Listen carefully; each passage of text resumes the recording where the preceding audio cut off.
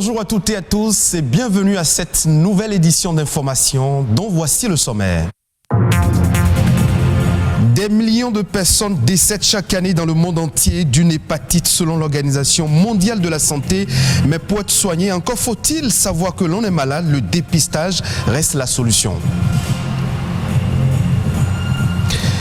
Les musées sont des plateformes d'échange culturel. Leur préservation est un atout de développement touristique. Que faire pour leur conservation? C'est à savoir dans cette édition.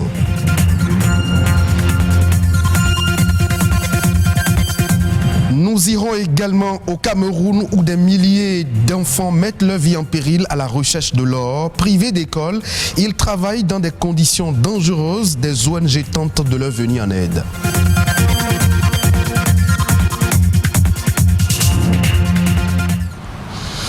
Nous démarrons cette édition par une problématique de santé publique majeure. Il s'agit des hépatites, souvent qualifiées de tueuses silencieuses. Elles sont multiformes et seul un dépistage précoce permet de connaître son état sémiologique. Quelles sont les voies de transmission et les traitements disponibles pour soigner les hépatites? Élément de réponse dans ce reportage. Dans le monde, il existe plusieurs formes d'hépatite virale. Selon le dernier rapport mondial de l'OMS, 325 millions de personnes sont atteintes de l'hépatite B ou C. Les spécialistes évoquent des causes variées. Et ces virus sont désignés dans l'ordre alphabétique suivant leur découverte de A, B, C, D et E. Au Bénin, c'est les causes infectieuses. Et dans ces causes infectieuses, on va parler des causes infectieuses virales. Il y a les causes toxiques et il y a des causes métaboliques. Ça concerne les sujets qui sont souvent très obèses. Il y a d'autres causes, les causes immunologiques, les tisanes que vous prenez, certains médicaments aussi qui peuvent être cause d'inflammation du foie. Au Bénin, les hépatites B ou C exposent plus à la chronicité lorsqu'ils ne sont pas tôt détectés, tant les signes sont silencieux. Il y a ce qu'on appelle les infections aiguës et les infections chroniques. Aiguës pour dire que le délai de l'infection ou de l'inflammation jusqu'à la guérison de la maladie, ça n'excède pas les 6 mois. Quand l'infection évolue au-delà des 6 mois, on parle de chronicité. Et si vous passez à la phase chronique, ce qui voudra dire que vous êtes exposé aux complications. Et notamment les complications, c'est la cirrhose et c'est le cancer du foie. Dans 80% des 2 cas, il n'y a pas de signe. Avant que l'ITER n'apparaisse, généralement vous avez de la fatigue, de la fièvre, des douleurs dans les articulations. L'hépatite est qualifiée de tueur silencieux. Son mode de transmission reste tout précoce et dangereux. La majorité ont l'hépatite B, mais c'est une contamination qui se fait très tôt dans les premières heures de vie, de la mère à l'enfant. Ça peut se faire de façon horizontale avec les enfants vivant sous le même toit. Les autres voies qui sont sexuelles ou bien sanguines, c'est beaucoup plus rare. Le virus C, c'est une contamination purement sanguine. Avec l'évolution de la science, il existe aujourd'hui un vaccin pour prévenir les hépatites et des moyens de traitement pour les personnes atteintes. On a du vaccin monovalent pour vacciner systématiquement dès les premiers jours de vie tout enfant qui naît. La vaccination pour l'hépatite B, il faut dire chez l'adulte, c'est le schéma à 3 doses. Concernant la forme aiguë chez l'hépatite B, il n'y a généralement pas de traitement, c'est le repos et il faut éviter d'autres produits qui agressent le foie davantage. Tout rentre dans l'ordre, l'organisme se charge de régler le problème dans les 6 mois. C'est seulement ceux qui font une hépatite chronique active, c'est ceux-là qu'on prend en charge. Parce que le traitement qu'on donne pour l'hépatite B, c'est un traitement à vie. Alors que pour l'hépatite C, c'est un traitement de 3 mois et là, vous avez la guérison dans les 3 mois après le traitement. Le Bénin se situe dans une zone de forte endémicité. Pour plus de sécurité, les médecins recommandent le dépistage précoce et la vaccination chez les sujets sains. Nous parlons toujours santé, mais de coronavirus. L'Afrique du Sud est le pays africain le plus touché par la crise sanitaire liée à la Covid-19. En début de semaine, le pays a reçu sa première cargaison d'1 million de doses de vaccin AstraZeneca Oxford contre la Covid-19. Les premières injections du vaccin commencent d'ici environ 2 semaines. C'est le personnel de santé qui est la première cible de la campagne de vaccination de masse. Les autorités prévoient à terme de vacciner d'ici la fin de l'année au moins 67% de la population, soit environ 40 millions de personnes. Et si on parlait de la gastronomie, le sel est un aliment essentiel pour réussir ses recettes. Cet ingrédient de cuisine est certainement le plus utilisé en cuisine. Plusieurs variétés sont disponibles sur le marché, mais toutes ne contiennent pas les éléments nutritifs adéquats. Quel type de sel est le plus sain? Comment le conserver pour ne pas perdre sa qualité? Élément de réponse dans ce reportage. Aliment naturel, le sel est vital. Et en cuisine, il est l'élément incontournable. En plus de ses propriétés conservatrices, il est un exhausteur de goût. Il existe plusieurs variétés de sel et chaque variété a sa particularité. Dans les sels de cuisine, qui sont souvent appelés sels de table, souvent iodés. Les sels de Guérande, qui sont très riches en magnésium. La fleur du sel, très appréciée par les chefs. Le sel rose d'Himalaya, très riche en magnésium, mais par contre sont très pauvres en iode. Le sel marin gris, non raffiné, dont le nutriment est bien conservé. Le sel aromatisé, ça c'est un sel purement pour se faire plaisir. Et puis dans les gros sels.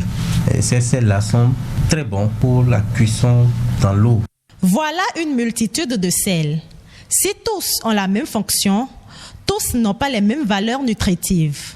Au quotidien, c'est toujours mieux d'utiliser le sel de table blanc iodé. Déjà, ce qu'on peut faire à ce niveau, c'est d'éviter de prendre des sels vendus à l'air libre, qui ne sont pas conservés dans des bocaux ou bien dans des emballages bien protégés.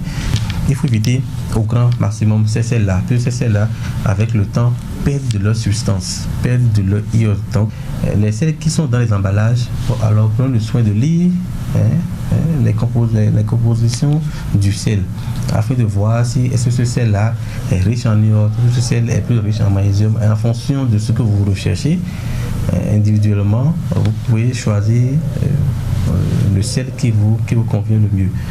Le choix du sel dépend donc de ses éléments nutritifs. Si le sel iodé est le plus recommandé, le conserver nécessite une grande précaution. Vous mettez le sel d'abord dans un bocal, dans la salière, et vous prenez quelques grains de riz, d'accord, cru, et que vous mettez dans votre salière, et vous fermez et vous secouez. Alors le riz permet d'absorber l'humidité contenue dans le sel. L'ennemi numéro 1 du sel, c'est l'humidité. Et ces grains de riz permettent d'absorber l'humidité qui peut être contenue dans le sel. Autre chose, c'est de garder hermétiquement fermé votre salière. Et très important, éviter d'exposer votre sel à un endroit chaud. Des conseils dont on doit tenir compte pour une conservation optimale de la qualité du sel. Culture à présent. Si les musées constituent un important moyen d'échange culturel et d'enrichissement des cultures, leur préservation est aujourd'hui un enjeu majeur de développement du tourisme. Pacom Alomakwe, gestionnaire de musées, nous parle de comment mieux les dynamiser. Aujourd'hui au Bénin, quand nous faisons le point, nous avons deux types de musées. Il y a les musées privés, donc mis en place par des personnes physiques simples, citoyens béninois ou étrangers. Et nous avons des musées publics, donc mis en place par l'État. Sur toute l'étendue du territoire national, d'une proportionnalité qui varie selon les communautés ou les localités. Et nous avons des musées au sud comme au nord, et environ une trentaine.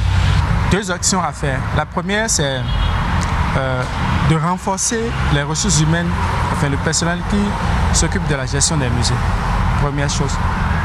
Et ça, c'est propre ou interne au musée en tant qu'institution.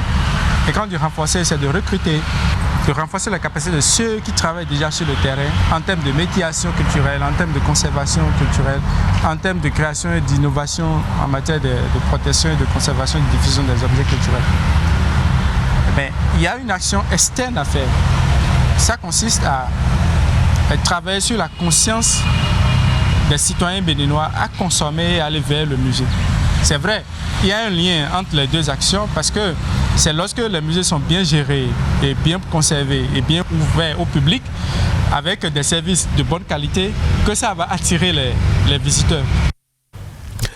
Direction Batouri au Cameroun. Les élèves désertent l'école pour aller chercher de l'or et surtout assurer leur survie. Cette ville de l'Est du Cameroun dénombre 90% d'enfants orpailleurs. Ils creusent dans des conditions épuisantes, mais malheureusement gagnent des sommes dérisoires. Les ONG préoccupées par ce phénomène tentent de ramener ces enfants vers le chemin des salles de classe. Les précisions dans ce reportage. Dans cette mine à ciel ouvert, des centaines d'orpailleurs sans protection dans ces eaux souillées au mercure. Parmi eux, des dizaines d'enfants et de nombreuses fillettes, parfois âgées de moins de 5 ans.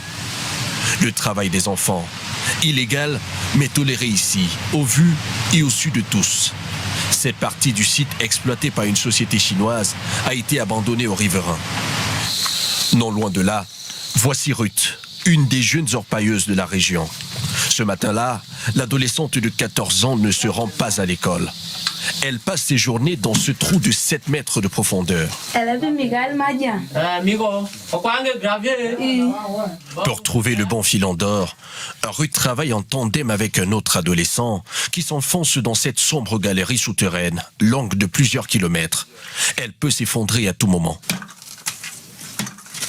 Je ne suis jamais allée à l'école parce que mes parents n'ont pas les moyens.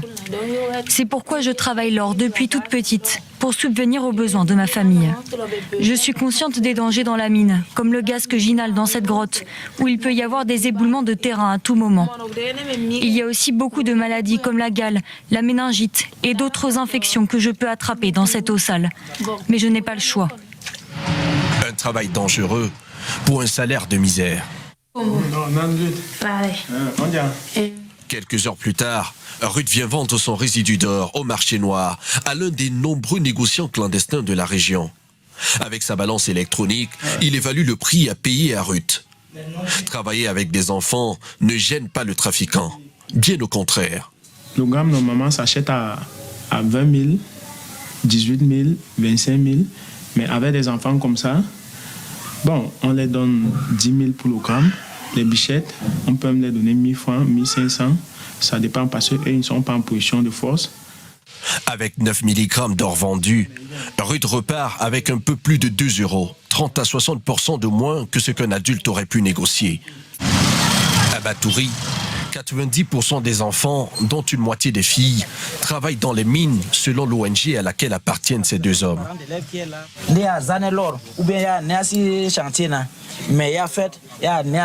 Thomas et Junior se battent depuis plusieurs années pour ramener les enfants mineurs dans les salles de classe. Quelques kilomètres plus loin, la campagne fait escale dans les cours de cette école. Ici, la pédagogie passe par une scène de théâtre jouée par les écoliers devant leurs parents. Pas travailler dans les mines. Non, ne pas plus là-bas parce que là-bas, travailler dans le sel, il y a beaucoup de maladies. Une centaine d'enfants ont déjà rejoint cette école, mais des milliers d'autres sont encore dans les mines. Un péril pour leur éducation dans cette région qui fournit chaque année près de 700 kg d'or.